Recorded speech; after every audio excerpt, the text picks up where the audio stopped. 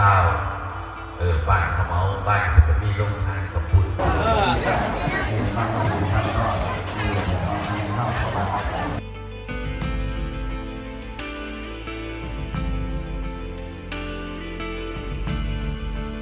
ใจเรื่องใช้ศรัทธาในการบุญการกุศลที่เขาเกิดในความทำดีและสิ่งเกิดบุญเกิดกุศลเป็นเจ้าภาพพระองค์พระมหาเทวีใจใจใจภาวะโตอะระหะโตสัมมิสังฆังสรณังคัจฉาเทสยาเนอาสาเนทาเนกัมมะเน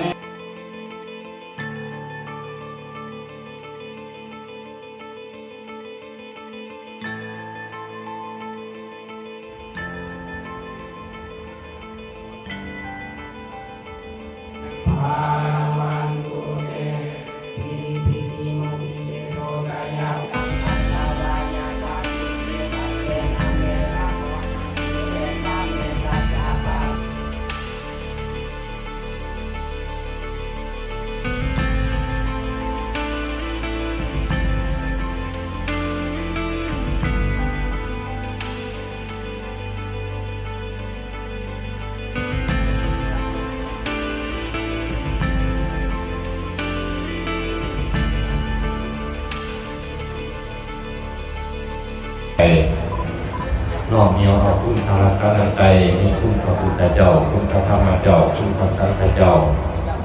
มาอยู่ในจิตในใจเมื่อนี้เขาเป็นภูมิเมื่อนี้เขามาสร้างเหตุแห่งความสุขความเจริญ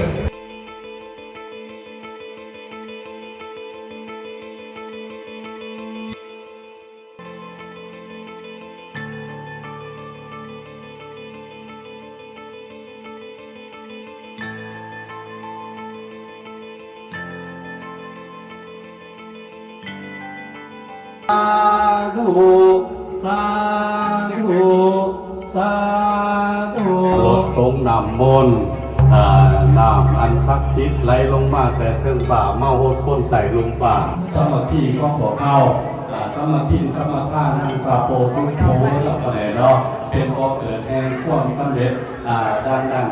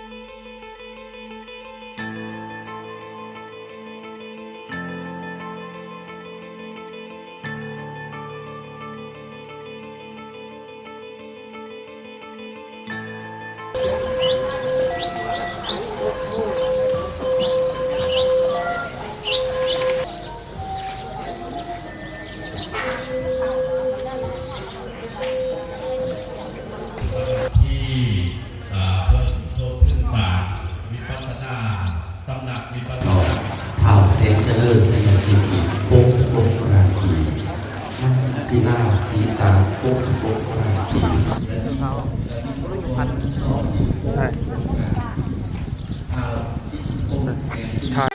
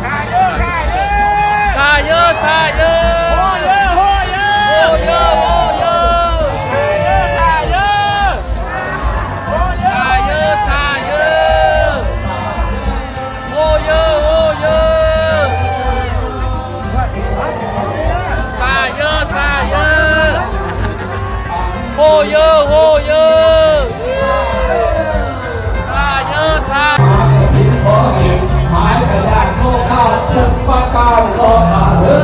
นสาธุสาเยอะโอ้เยอะสาเยอะถ้าว่าท่านคนเต็มเต็มแล้วแล้วก็ทางตามมัธยมไซอยู่ทางลุงนะเด้อตามสมมาภาคควรเนาะก็ได้เนาะเขาก็สงบทั้งนู้นก็ได้เด้อก็สงบทั้งเบิดเลยเกินหวังคิดหวังใจเอาสู่ในวันถวายองค์พระมหากฐิน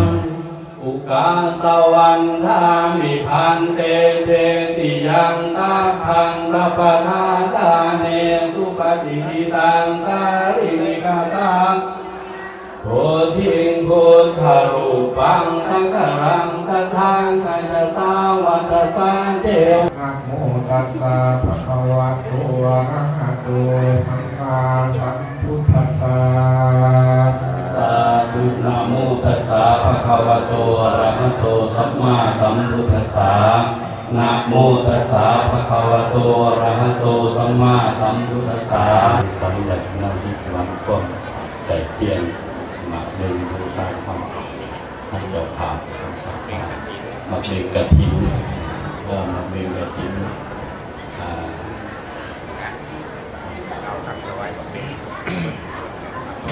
อังวัตุทิเตเตภูมิมาจยันตุเทวาสารธาอวิสเมยคาคันธปนาคาติทันตาสันติมาสัมพุทธสาอิมานิตัมภารานังจาตุสาสนังสาธุอันต่อไปกับถวายองค์พระมหากฐินเลยครับ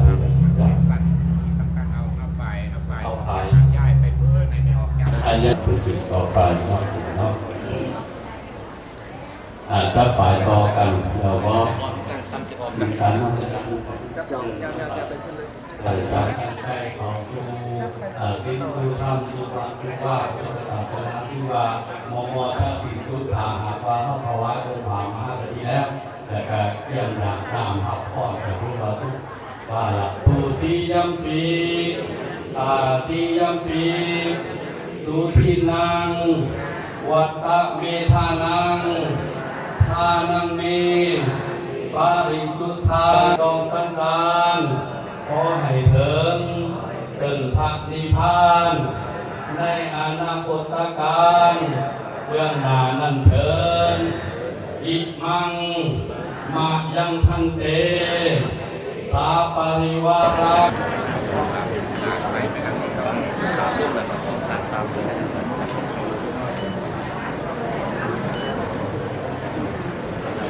พร้อมด้วยญาติพี่น้องเพื่อนมิตรสหาย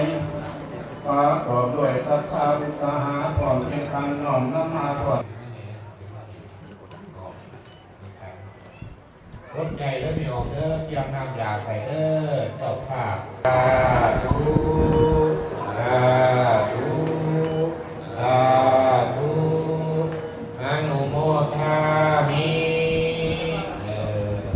ครับสุขภาพเด้อ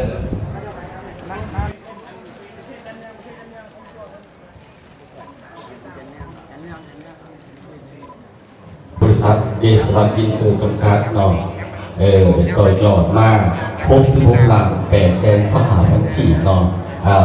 มีแต่ความสุขกายสบายใจมีแต่ความสุขความเจริญ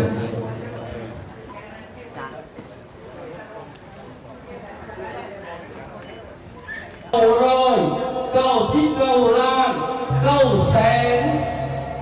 99,999 กีบสาธุสาธุ เวลาเราปกประชุมนะน้อมนมัสการพระอาจารย์ใหญ่บุญจรแก้วสันติไส้คณะอปสของแรงกรรมสัตว์ห้องประธานอปสเมืองพ ท่านเป็นเจ้าอธิการวัดบัวผ้าขะเบาโคจปาที่เคารพ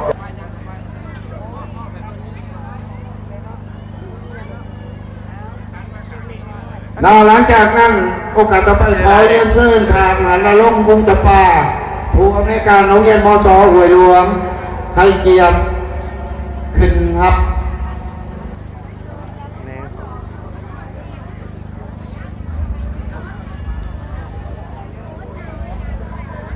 ถือเขาอยู่ในนาทีนี้จุดประสงค์ของประชุมงานพิธีมอบทุนการศึกษาและของขวัญให้แก่โรงเรียนและนักเรียนประถมพยาบาลและมศ.ห้วยหลวง14นกกี้กัญญาวงศ์15สุขสวรรค์บัวสามารถ15ขึ้นรถร้านน้อยฝ่าๆเนาะทั้งครูอาจารย์เขาจัดอีกเนาะจัดให้ได้15อีกเป็นชุดที่2เนาะครูอาจารย์เตรียมเลยหลังจากมอบแล้วขอเชิญถ่ายรูปรวมเนาะ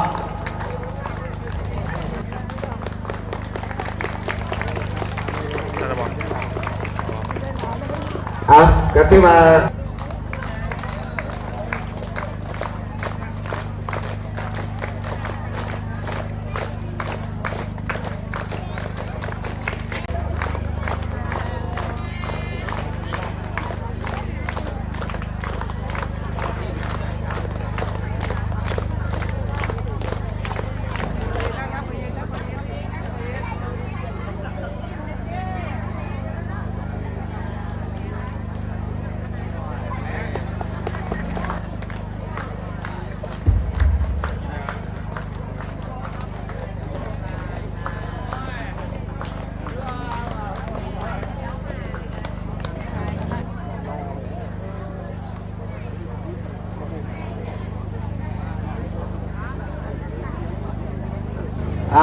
ขอบใจพักพรร้านหน่อยแล้วเมตที่ว่าคอยวันทานของเขากันหลังจากนี่ในเป็นไห้ตาหนาแต่โรงเรียนเนาะ